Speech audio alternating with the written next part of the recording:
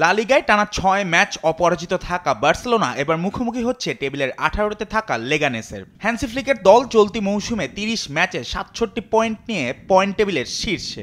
সবশেষ চ্যাম্পিয়ন্স লিগে বরুসিয়া ডর্টমুন্ডকে ৪-০ গোলে উড়িয়ে দারুণ আত্মবিশ্বাসী কাতালানরা। তবে বার্সা শিবিরে এখনও রয়েছে ইনজুরি সমস্যা। খেলতে পারবেন না মার্ক টার স্টেগান, মার্ক কাসাদো ও ডানি ওলমো। তবে একাদশে ফিরতে পারেন গাভি ও রোনাল্ড আরুহো। অন্যদিকে রেলিগেশন জোন থেকে বাঁচতে মরিয়া লেগানেস। ৩০ ম্যাচে তাদের সংগ্রহ মাত্র ২৮ পয়েন্ট। এদিকে ইংলিশ প্রিমিয়ার লিগে নিজেদের অবস্থান মজবুত করতে মাঠে নামছে ম্যানচেস্টার সিটি। প্রতিপক্ষ শক্তিশালী ক্রিস্টাল প্যালেস।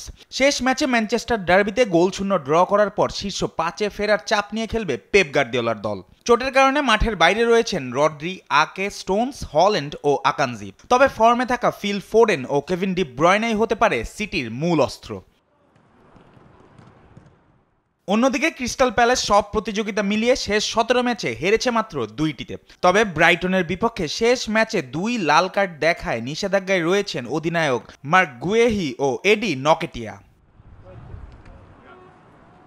একই রাতে এমিরেটস স্টেডিয়ামে ব্রেন্টফোর্ডকে আতিথ্য দেবে আর্সেনাল। রিয়াল মাদ্রিদের বিপক্ষে চ্যাম্পিয়ন্স লিগে ৩-০ গোলের দাপুটে জয়ের পর ঘরের মাঠে আত্মবিশ্বাসে টইটুম্বর গানাররা। অন্যদিকে শেষ ৫ ম্যাচে মাত্র ১ জয় পাওয়া ব্রেন্টফোর্ড এবার এমিরেটসের চ্যালেঞ্জ নিতে প্রস্তুত।